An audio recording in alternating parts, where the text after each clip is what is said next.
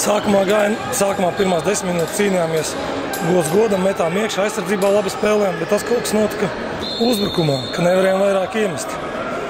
Tā pirmais puslaiks no otrajā parādījām, ka varam cīnīties, pievilkām jau līdz, man liekas, -3, bet beigās pietrūka spēka laikam. Komandā pēc pāris jaunie pieaicināti, tad nebija saspēlētāks, kas kā gribētos, bet centīsimies rītā uzvarēt.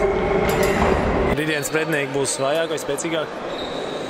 Es domāju, ka ļoti līdzīgi, un spēcīgāki vai vājāki, to mēs redzēsim rītā pēc spēles. Ja 18 goli iemest diezgan pamaz, 24 ielaisti tā kā baigi ok. Kas jāmaina? Kaut kas ar uzbrukumu. Saka, ka komanda nav saspēlēsies. Vadzīts un Ivanovs mums ir klāt uz Baltijas līgas spēlēm.